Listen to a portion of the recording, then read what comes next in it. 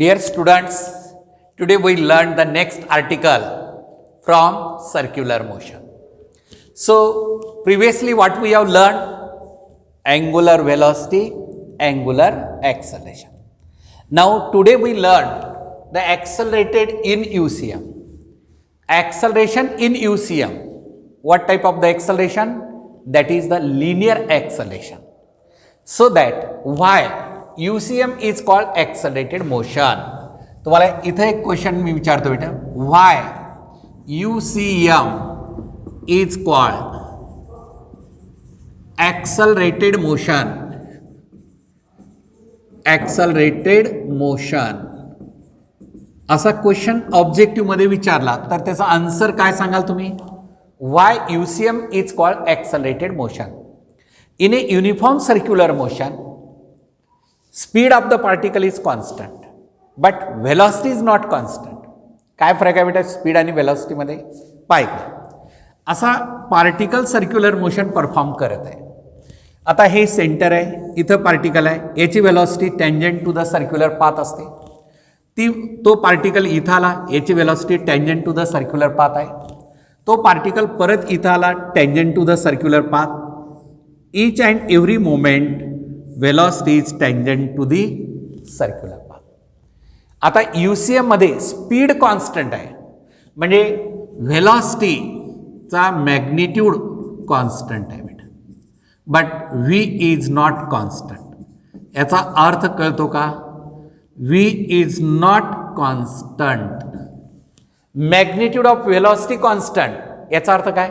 2 metre per second इथं speed असेल, इथंही 2 मीटर पर सेकंद, इथंही 2 मीटर पर सेकंद, इथंही 2 मीटर पर सेकंद आणि ही 2 मीटर पर सेकंद. म्हणजे याचं magnitude throughout the motion constant आहे. पण डायरेक्शन व्हेलॉसिटी व्हेक्टर क्वांटिटी आहे ना, त्याला मॅग्निट्यूड आणि डायरेक्शन दोन्हीचाही विचार करावा लागेल. इथं मॅग्निट्यूड व्हेलॉसिटीची डायरेक्शन अशी आहे, इथं डायरेक्शन आहे, सतत डायरेक्शन चेंज होत चाललेले आहे.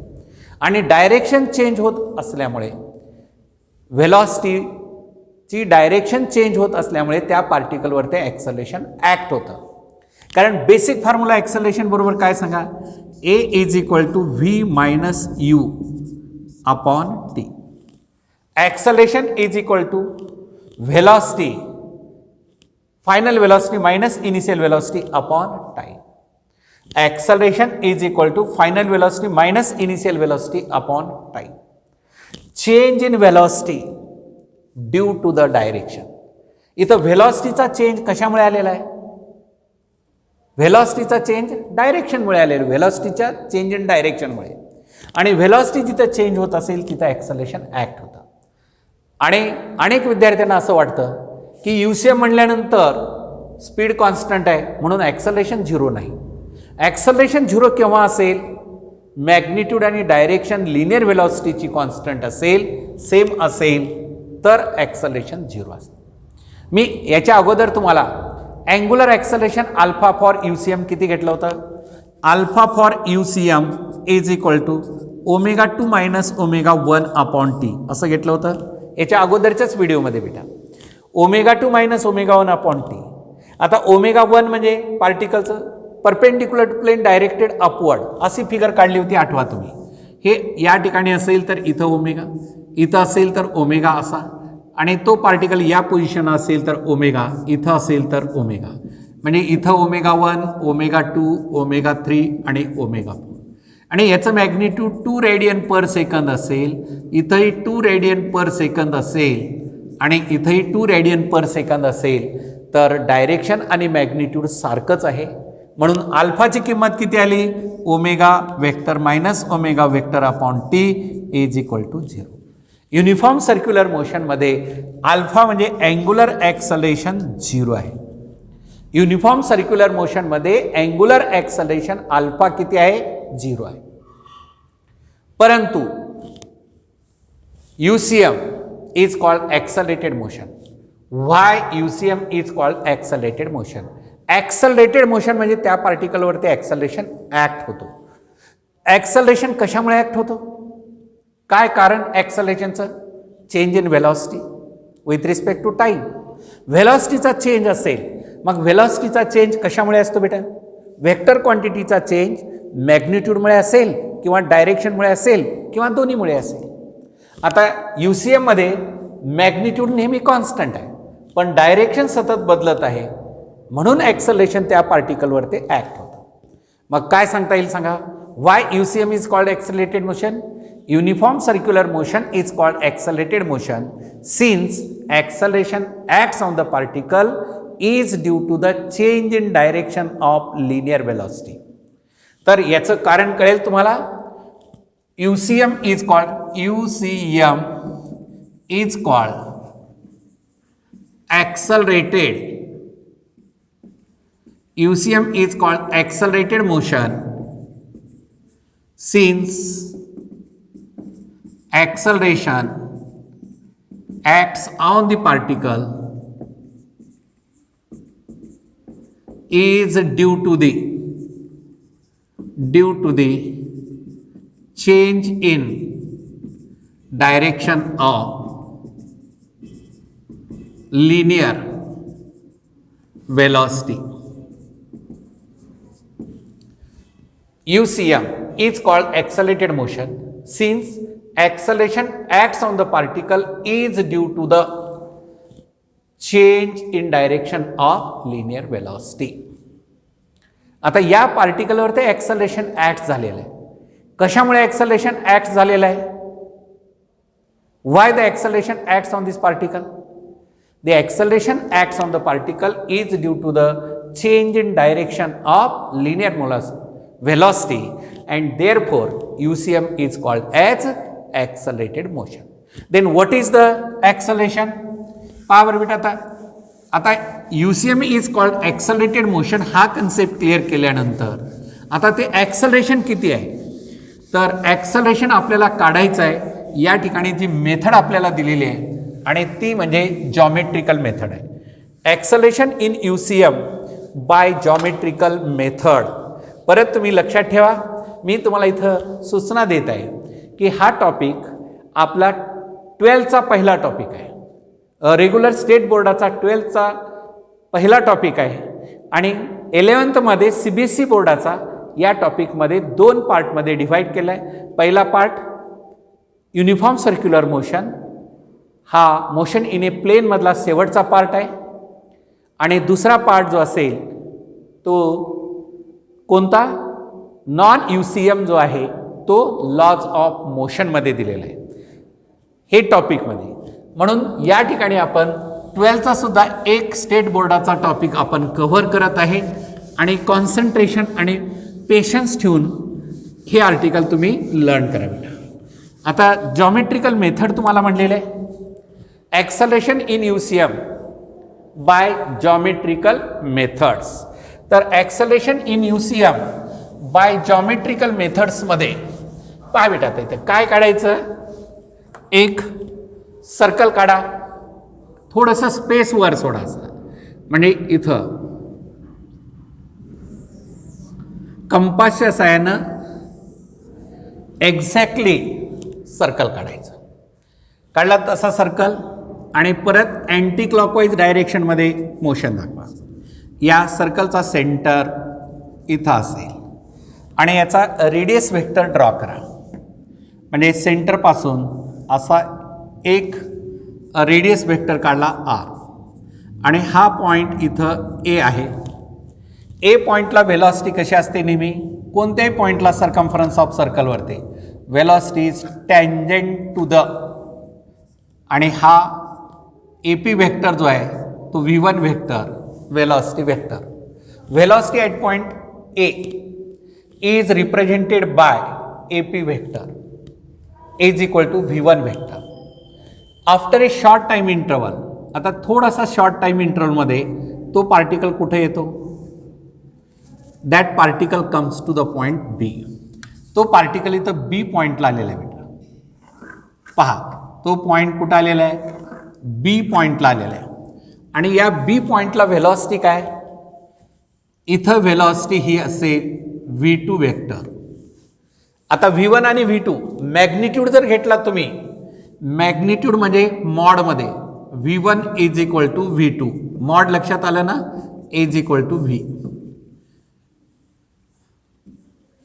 म्हणजे इथली वेलॉसिटी 2 मीटर पर सेकंद असेल तर इथली सुद्धा 2 मीटर. दोन्हीमध्ये फरक काय? डायरेक्शनचा फरक आहे. इथं direction tangent to the path, इथं टँजंट टू द पाथ, पण दोन्हीची डायरेक्शन सारखी नाही. हाच फरक आहे. आता त्यानंतर बेटा इथं बी पॉइंटला draw B Q vector parallel to A P vector. म्हणजे हा वेक्टर जेवढा आहे ए पी वेक्टर तेवढाच वेक्टर इथं काढा. हा बी क्यू वेक्टर म्हणजेच V1 हा जेवढा मॅग्निट्यूड आहे तेवढाच इथं काढलेला आहे बेटा. आणि त्यानंतर पुढे काय करा? जॉईन हा वेक्टर तुम्ही इथं जॉईन करा असा.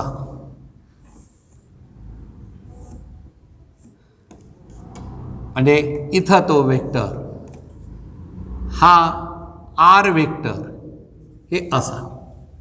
V2 वेक्टर हे V1 वेक्टर आणि हा delta V vector, delta V vector.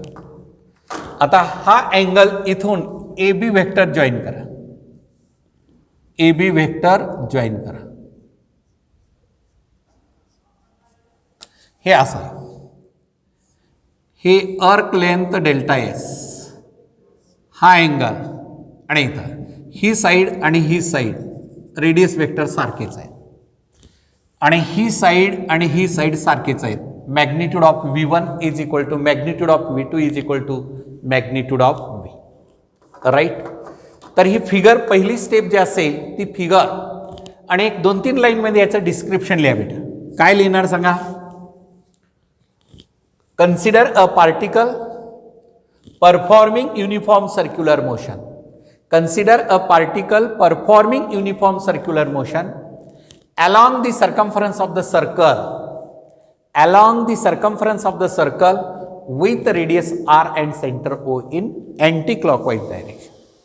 With the radius r and center O in anti-clockwise direction as shown in figure. Initially, the particle is at position A. Initially, the particle is at position A. Its velocity is tangent to the circular path.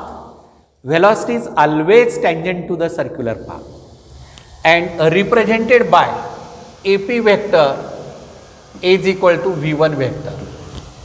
म्हणजे A पॉइंटची velocity किती आहे? AP vector. A पॉइंटची velocity किती आहे? AP vector is represented by V1 vector. Then velocity at point B, velocity at point B is tangent drawn and that is equal to here BR vector is equal to V2 vector. Velocity after a short time interval, paha, after a short time interval the particle reached to the position B describing the angular displacement delta S and angular displacement delta theta and linear displacement delta S. हा particle A to B ला गेलेला असं curve path आहे आणि या curve पाथचं delta S काय? अर्क length आहे आणि angular displacement delta theta during a short time interval delta T. During a short time interval delta T. अलग लक्षात बेटा. 4च वाक्य मोजून फिजिक्स म्हणजे लक्षात ठेवायचे. 4च वाक्य मी म्हणत आहे. Consider a particle is performing uniform circular motion along the circumference of the circle with the radius r and center O in anti-clockwise direction. Initially, particle is at position A. Its velocity is tangent to the circular path represented by AP vector is equal to V1 vector. After a short time interval delta t, particle reached to the position B describing angular displacement delta theta and linear displacement delta S. And at point B, the velocity of the particle is tangent to the curve path. Velocity at B is tangent to the curve path represented by BR vector is equal to V2 vector. BR vector is equal to V2 vector. Draw BQ vector parallel to AP vector of equal magnitude. Draw B Q vector parallel to A P vector of equal magnitude and join Q R. And join Q R. Then पहा बेटा, ही पहिली step झाली. आता second step, to find change in velocity vector. Change in velocity vector. To find change in velocity vector, how to find the change in velocity vector? According to the triangle law. इथं v1 velocity, इथं v2 आहे. या v1 ची direction कशी आहे बेटा? Upward डायरेक्शनला. आणि इथूनच दुसरा वेक्टर स्टार्ट झालेला आहे. हा ट्रायंगल ऑफ वेक्टर ॲडिशन मध्ये याला आपण काय म्हणतो? Taken in order. आठवा, टेकन इन ऑर्डर. कुठं घेतलंय? स्केलार्स आणि व्हेक्टर्स मध्ये triangle of vector addition. According to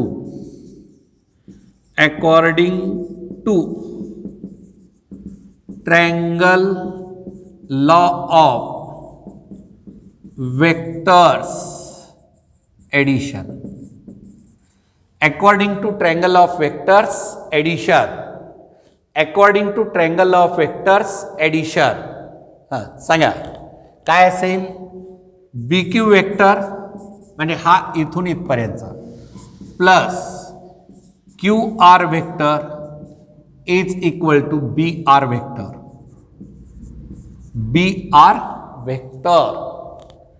be Q vector plus Q R vector is equal to B R vector. Therefore Q R vector is equal to B R vector minus B Q vector. What is BR vector? BR vector म्हणजे V2 vector. इथं लिहायचं बेटा. And that is equal to V2 vector minus V1 vector.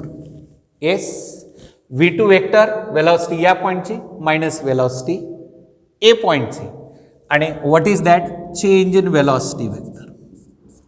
Change in velocity vector. How is the direction of this vector? इथं direction कसं आहे delta व्हीचं? Towards the centre along the radius. याला parallel इथं आहे बेटा. म्हणून this vector is directed. This vector is directed towards the centre along the radius. This vector is directed towards the center along the radius.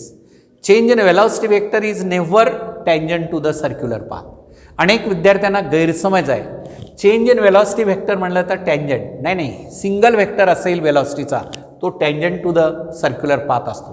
पण change in velocity vector is not tangent to the circular path but it is along the radius towards the centre. आलं का बेटा लक्षात? Change in velocity vector. कारण acceleration काढायचं असेल तर आपल्याला काय फॉर्म्युला?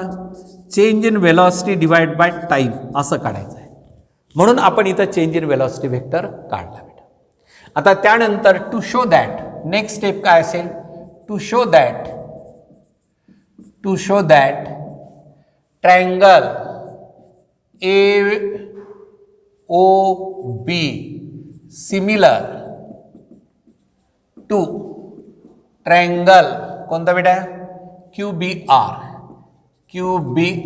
पाहत आहे दोन्ही ट्रायंगलकडे पहा, इकडे लक्ष द्या. हा triangle A O B similar to triangle Q B R. हा सिमिलर वेगळं आणि कॉन्ग्रंट वेगळं. सिमिलर याचा अर्थ ह्या साईड्स प्रोपोर्शनमध्ये असतात. कॉन्ग्रंट म्हणजे एक्झॅक्टली इक्वल असतात. आपल्याला ते नाही पाहायचं. म्हणजे ट्रायंगल सिमिलर आपण केव्हा दाखवतो? त्याच्या टेस्ट आहेत. कोणत्या? साईड अँगल साईड अशा टेस्ट आहेत. त्या टेस्टनुसार दिलेले दोन ट्रायंगल काय असतात? सिमिलर असतात.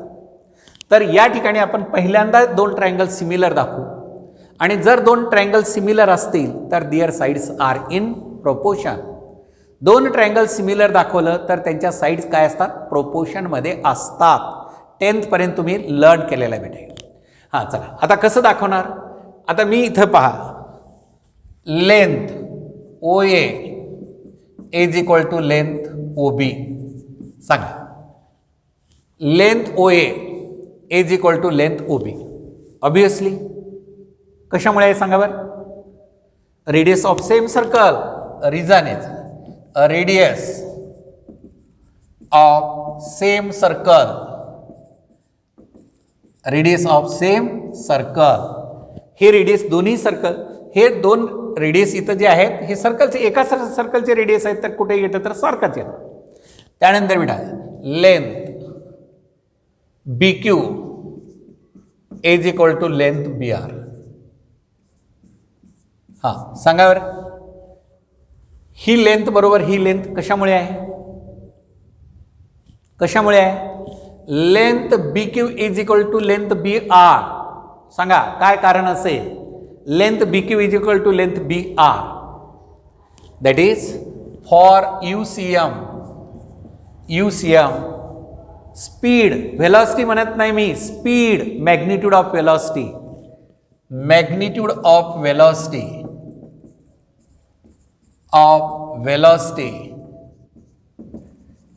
remains constant. आलं का लक्षात.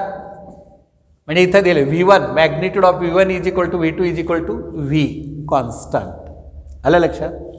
आता त्यानंतर बेटा from the figure angle AOB is equal to angle QBR. म्हणजे हा अँगल कोणता. AOB बरोबर आहे QBR. सांगा बेटा कशामुळे हे अँगल सारखे आहेत दोन. काय रिझनिंग आहे. Angle AOB is equal to angle QBR. What is the cause. What is the cause. Angle between two tangents is equal to corresponding angle between their radii. दोन रेडियस मधला जेवढा अँगल असतो तेवढाच अँगल करस्पॉन्डिंग त्यांच्या टँजंटमध्ये असतो. हा एक mathematical theorem आहे. हाही कदाचित तुम्हाला झालेला असेल. याचं since angle between two radius vector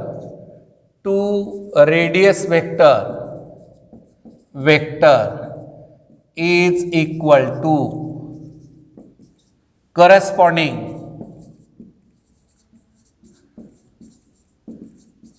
angle between their tangents. This is the mathematical theorem. This is the mathematical theorem. And therefore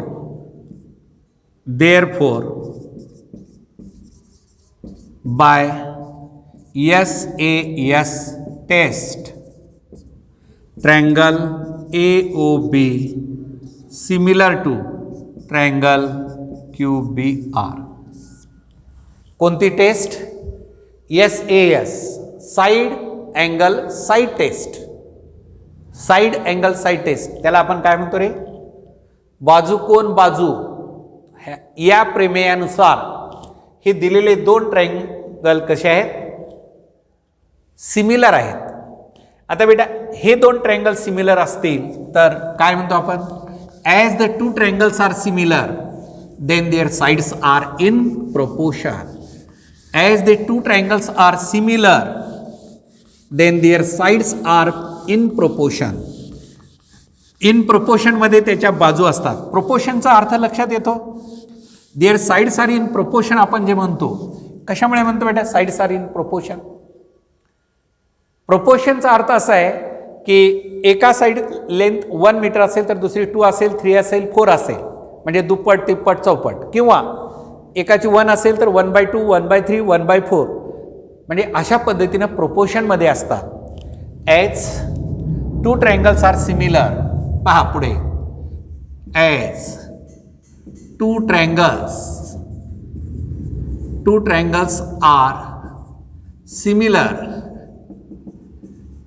then their sides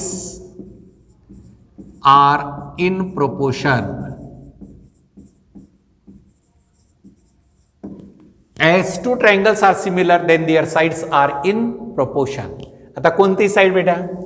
O A side divided by ही बाजू याच्याशी, ही बाजू याच्याशी, proportion O A upon B Q is equal to, आता या थिटाच्या समोरची बाजू ए बी आणि या थिटाच्या समोरची बाजू क्यू आर. आलं का लक्षात? O A divide by B Q, O A divide by B Q is equal to A B divide by Q R. What is O A? O A ची किंमत किती? ओ पासून ए पर्यंत R. B Q किती? V. V1 is equal to V2 is equal to V घेतला आपण, magnitude constant असतं बेटा. आणि A B arc length delta S, Q R delta V, Q R delta V. लक्षात आलं? ओ ए ची किंमत आर, बी क्यू ची किंमत व्ही, ए बी ची किंमत डेल्टा एस आणि क्यू आर ची किंमत डेल्टा व्ही. आता याचा रेसिप्रोकल घ्या. Taking reciprocal, taking reciprocal. Reciprocal म्हणजे काय रे? व्यस्त, उलटं करणे. आता ही दोन्ही बाजूवर उलट्या करा. V divide by R is equal to delta V divide by delta S. हे वर आणि हे खाली आणलं, हे वर आणि हे खाली आणलं. Therefore delta V is equal to V by R into delta S. Delta V is equal to V divide by R into delta S. आता या इक्वेशनला डिवाइड करा बेटा. डेल्टा टीनं divide on both this sides. म्हणजे जे equation मी तुम्हाला दिलेलं आहे त्या इक्वेशनला डेल्टा टीनं divide on both this sides. Dividing delta T on both this sides. Yes, dividing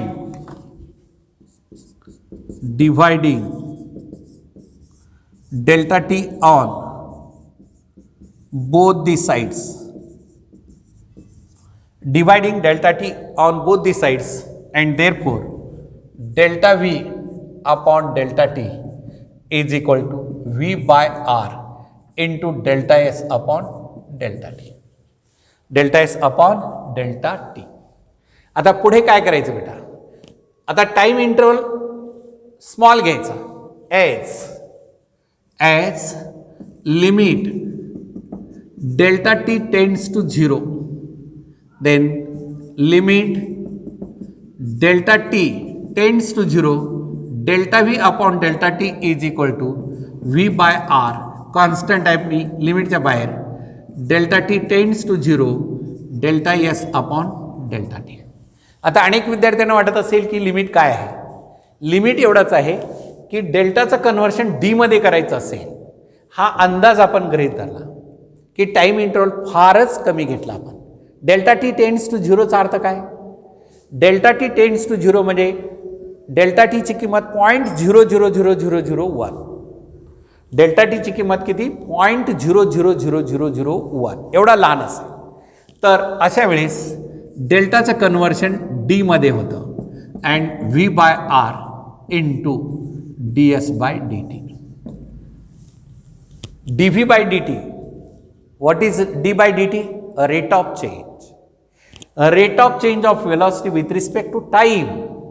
A rate of change of velocity with respect to time. d by dt म्हणजे rate of change. कोणाचा? velocityचा. What is the rate of change?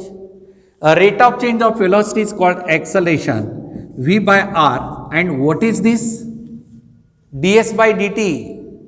सांगा बेटा काय असेल ds by dt? A rate of change of displacement. A rate of change of displacement with respect to time is nothing but velocity. याच्याऐवजी v घेतलं, याच्याऐवजी a घेतलं, and this is formula. And what is the acceleration in UCM? That is a is equal to v square upon r. This is the magnitude of acceleration. Again, acceleration is a vector quantity. आणि हा magnitude आपण इथं define केलेला आहे. How is the direction of this? How is the direction of this acceleration? तर vector in vector form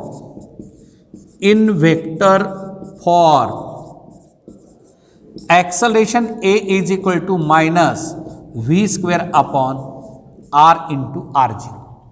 Negative sign indicates that acceleration and radius vector are oppositely directed. हे unit vector where R0 vector म्हणजे unit vector upon its magnitude is the unit vector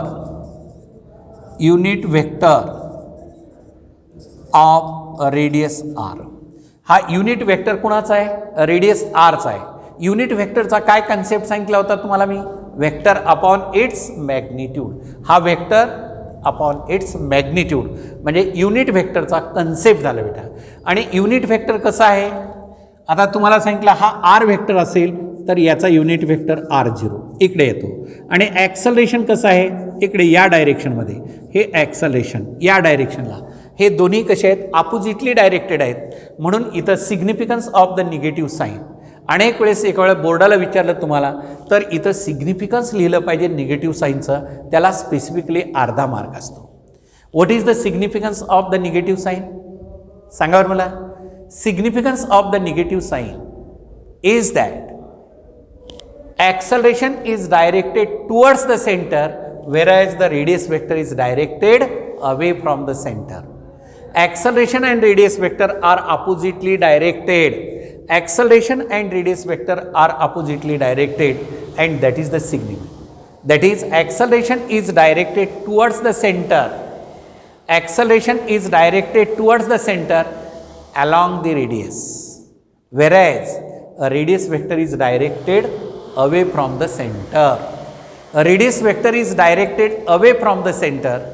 Acceleration and radius vector both are oppositely directed. Acceleration and radius vector both are oppositely directed. म्हणजे acceleration आणि radius vector आहेत हे दोन्ही एकमेकांच्या विरुद्ध असतात. Acceleration is directed toward centre whereas radius vector is directed away from the center. आता बेटा याचं सिग्निफिकन्स काय? This acceleration is called as radial acceleration.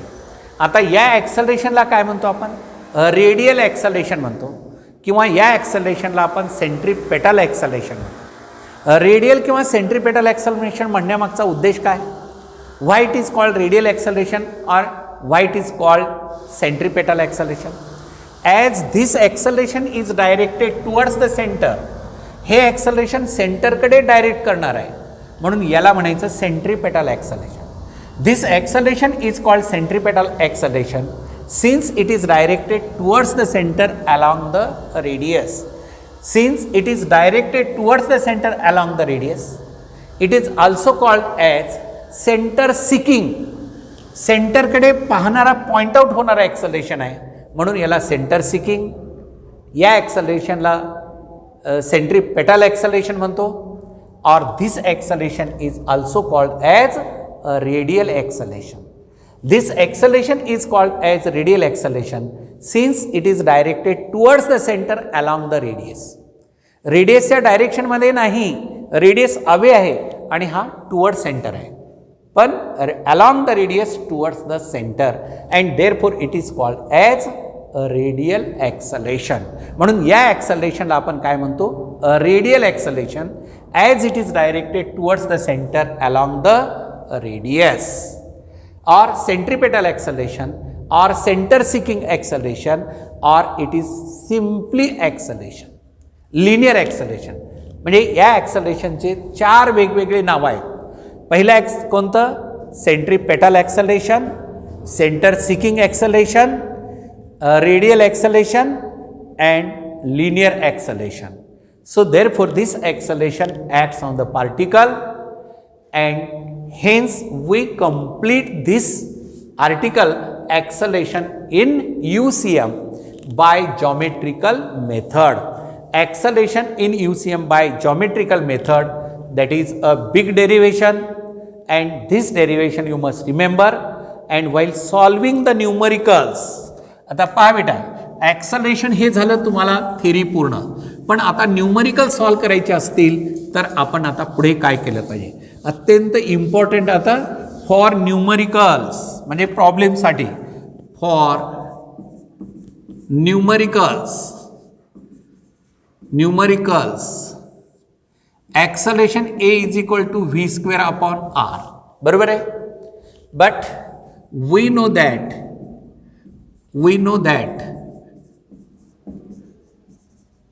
v is equal to r into omega. Relation between linear velocity and angular velocity मध्ये. तर ठेवा इथं a is equal to v square म्हणजे r square omega square upon r. एक r cancel, that is r omega square. हा दुसरा formula problem solve करण्यासाठी. Acceleration a is equal to r omega square. आणि त्यानंतर बेटा acceleration a is equal to r omega square झालं.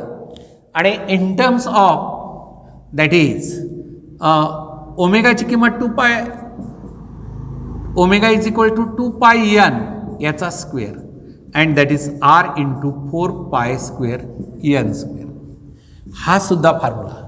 Acceleration in terms of frequency, acceleration in terms of frequency आणि acceleration in terms of period r into 4 pi square upon t square.